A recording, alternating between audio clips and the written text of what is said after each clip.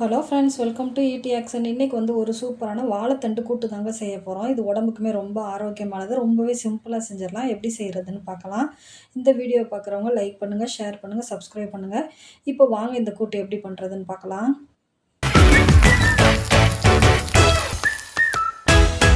ET Action Family. இப்போ இந்த வாழைத்தண்டு கூட்டு செய்கிறதுக்கு பாருங்கள், நான் தண்டு நல்லா பிஞ்சு தண்டாக தாங்க எடுத்திருக்கேன். இப்போ பாருங்கள், இதை ஃபஸ்ட்டு நம்ம கட் பண்ணிக்கிற போகிறோம். எப்படி கட் பண்ணுறதுன்னு நான் சொல்லிடுறேன். இப்போ நம்ம வாங்கி வச்சதுனால முன்னாடி கருப்பாக இருக்குங்க. அதை மட்டும் நம்ம சீச்சு கீழே போட்டுட்டு, இப்போ பாருங்கள், ரவுண்டாக கட் பண்ணையில் நம்ம அந்த நார் எப்படி எடுக்கிறதுன்னு நான் சொல்லிடுறேன். இப்போ பாருங்கள், ரவுண்டாக கட் பண்ணியாச்சு. நல்ல இளம் தண்டாக இருக்குங்க. இப்போ லைட்டாக அந்த மாதிரி சுற்றி விட்டு நம்ம கையில் எடுத்துட்டோம்னாலே வந்துடும் நார். இதில் ரொம்ப நார் இல்லைங்க, நல்ல பிஞ்சு இதாக தான் இருக்குது தண்டு. இங்கே பாருங்கள், இந்த மாதிரி ரவுண்டை எடுத்துகிட்டு இந்த மாதிரி கையை வச்சு அப்படி லைட்டாக சுற்றி விட்டோம்னாலே இந்த நார் எல்லாமே வந்துடும் பாருங்கள்.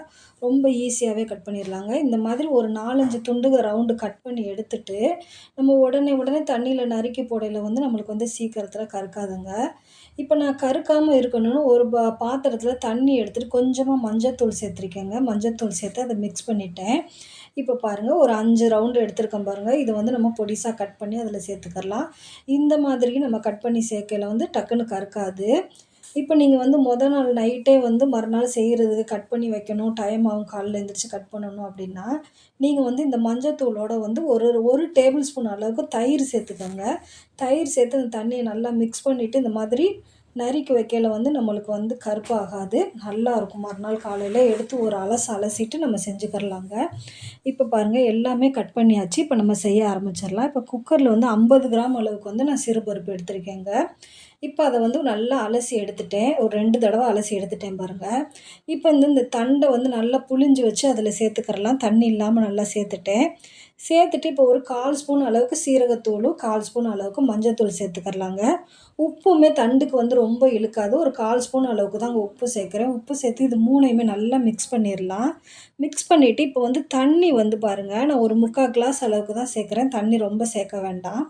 3/4 கிளாஸ் அளவுக்கு தண்ணி சேர்த்து இது எல்லாமே மிக்ஸ் பண்ணிவிட்டு இப்போ நம்ம குக்கரை மூடி வச்சிடலாங்க. மூடி வச்சு இப்போ அடுப்பு ஆன் பண்ணி 2 விசில் தான் வச்சு எடுக்க போகிறோம். 2 விசில்லேயே நல்லா வெந்துடும். இப்போ பாருங்கள், 2 விசில் வச்சு எடுத்துட்டேன். நல்லா கேஸ் போயிடுச்சு. இப்போ திறந்து பார்க்கலாம். பாருங்கள், நல்லா வெந்திருக்குங்க. நம்மளுக்கு பருப்பு பாருங்கள், ரொம்ப குலைவாக இல்லாமல் கரெக்டான பக்குவத்தில் வெந்திருக்கு பாருங்கள். இந்த மாதிரி இருக்கையில் தான் நம்மளுக்கு டேஸ்ட்டாகவும் இருக்கும். ரொம்ப குழஞ்சி போயிட்டாலும் நல்லா இருக்காதுங்க. அவ்வளோதான். இப்போ இதை மாற்றிட்டு நம்ம தாளித்து விட்டுறலாம். இப்போ அடுப்பு ஆன் பண்ணி ஒரு பாத்திரம் வச்சுருக்கேன். இப்போ ஒரு 1/2 டேபிள் ஸ்பூன் அளவுக்கு எண்ணெய் சேர்க்குறேங்க. எண்ணெய் சேர்த்துட்டு 1/4 ஸ்பூன் அளவுக்கு கடுகு போட்டுக்கிறலாம். கடுகு நல்லா பொரியவும் கொஞ்சமாக சீரகம் சேர்க்குறேன். நம்ம ஏற்கனவே சீரகத்தூள் சேர்த்துருக்கோம்.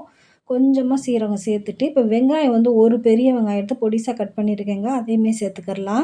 சேர்த்துட்டு இப்போ காரத்துக்கு நம்ம பச்சை மிளகா தான் சேர்க்குறேன் பாருங்கள். 2 பச்சை மிளகாய் எடுத்து நல்லா கீறி விட்டு சேர்த்துக்கிறலாம். இந்த மாதிரி பொடிசாகவே சேர்த்துக்கிறலாங்க. கொஞ்சமாக கருவேப்பிலையும் சேர்த்துடலாம். சேர்த்து இது எல்லாமே நல்லா செவக்கிற அளவுக்கு நம்ம வதக்கிக்கிறலாம். ஏன்னா நம்மளுக்கு ஏற்கனவே தண்டு வெந்துருச்சு, இதோட வேகாது. அதனால் நம்ம வெங்காயத்தை நல்லா செவக்க வறுத்துக்கிறணுங்க. நல்லா வறுபட்டுருச்சு. இப்போ தண்டை சேர்த்துக்கிறலாம். இப்போ உப்பு எல்லாமே தண்டில் கரெக்டாக இருக்குது. உப்பெல்லாம் நான் மேற்கொண்டு போடலை. இப்போ தண்டை சேர்த்துட்டு இப்போ ஒரு 1/4 மூடி தேங்காய் துருவி சேர்க்குறேங்க. அதில் சேர்த்துட்டு இப்போ நம்ம லைட்டாக கிளறி விட்டுக்கிறலாம். இப்போ தண்ணி இல்லாத மாதிரி இருக்குது. கொஞ்சமாக நம்ம குக்கர் அலசி தண்ணி சேர்த்துக்கிறலாங்க. ஒரு 1/2 கிளாஸ் அளவுக்கு தாங்க தண்ணி சேர்த்துருக்கேன். சேர்த்துட்டு இதை லைட்டாக கிளறி விட்டுறலாம். லைட்டாக கிளறி விட்டு ஒரு கொதி வந்துச்சுன்னா போதும். ரொம்ப நேரம்லாம் இதை வைக்கக்கூடாது. லைட்டாக கொதி வரையில் அடுப்பு ஆஃப் பண்ணிடலாம். இப்போ பாருங்கள், லைட்டாக கொதி வருது பாருங்கள். கொதி வரும், அவ்வளோதாங்க. தண்டு கூட்டு ரெடி ஆயிடுச்சு.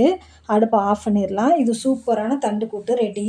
இது சாதத்தோடு போட்டு சாப்பிட்றதுக்கும் ரொம்ப நல்லாயிருக்கும். குழம்பு சாதத்தில் தொட்டு சாப்பிட்றதுக்குமே ரொம்பவே நல்லாயிருக்குங்க. வாரத்தில் ஒரு முறை இந்த மாதிரி தண்டு கூட்டு செஞ்சு சாப்பிட்றது ரொம்பவே நல்லதுங்க உடம்புக்கு. நீங்களும் ட்ரை பண்ணி பாருங்கள். தேங்க்யூ ஃபார் வாட்சிங்.